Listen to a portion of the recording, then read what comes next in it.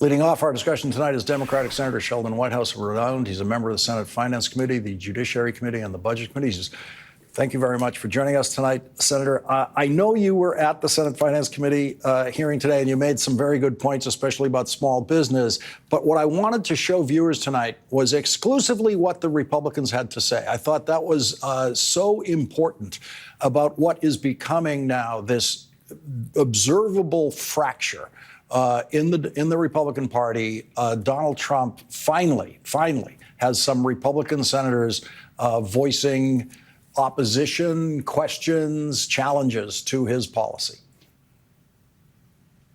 Yeah, I think it's not the first time. I mean, we saw a faction of the Republican Party get very unhappy about Trump when he mobbed up with Putin and took the side of the mobster Putin against the freedom fighters in Ukraine. That was not a great moment. And nominee after nominee after nominee, Republicans have been bullied into supporting incompetents and oddballs. And, you know, that builds up.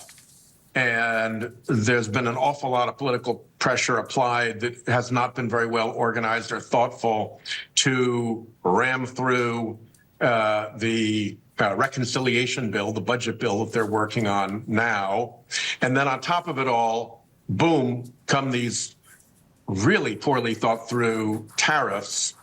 And the next thing you know, $6 trillion gone from the market, which gets CEOs attention. And so they're on the phone saying, what the hell is going on?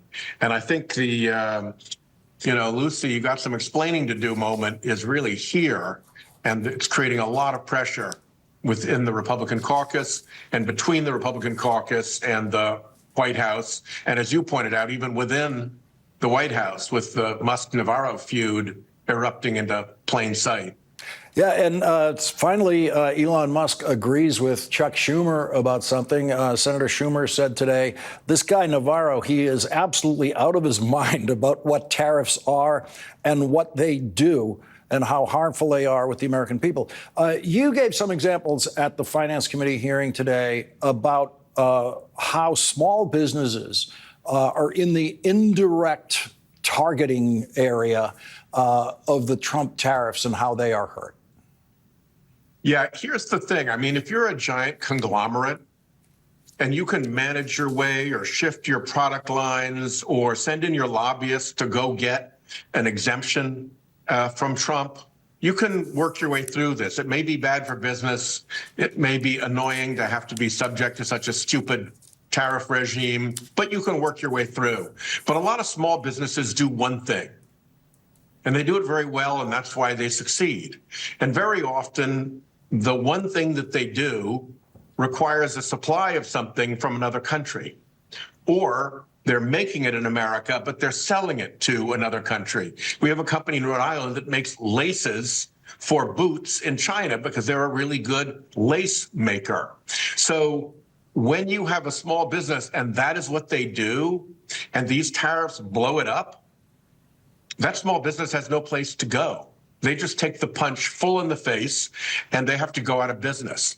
And I think that we will see in the coming months story after story after story from small states, many of them along the northern border, where trade with Canada is so affected by these tariffs. And you're going to see these human interest stories of small businesses that have been very successful, kept, family businesses going, kept workforce in place, and they're just going to have to go bust. And there's no program whatsoever to help them out. Senator, I want to get your reaction to the breaking news of this hour of the acting IRS commissioner resigning because of the Trump order to share IRS tax filing information with ICE. Well, this is part of the corruption, the infiltration, the politicization of the IRS that Trump and his cronies are trying to accomplish. First of all, they want to knock it down as much as possible so that there are as few people as possible who could look into and audit the complex tax returns of billionaires. There was a time when they did more audits of poor people in Mississippi than they did of billionaires. And they would love to go back to those days where you do a tax audit because it's easy, because the small local person who's easy to audit is where you go, because you don't have the muscle to go and take on the billionaire and their accountants and their lawyers, and they're the ones who are the big cheats and dodgers. So knocking it down is very important. And then also turning what remains into a political weapon so that you can go after immigrants or Democrats or people in blue states or whatever it is the other piece of the puzzle. And it's a very dangerous abuse of the IRS. Senator Sheldon Whitehouse, thank you very much for starting off our discussions tonight. Thank you. Thank you.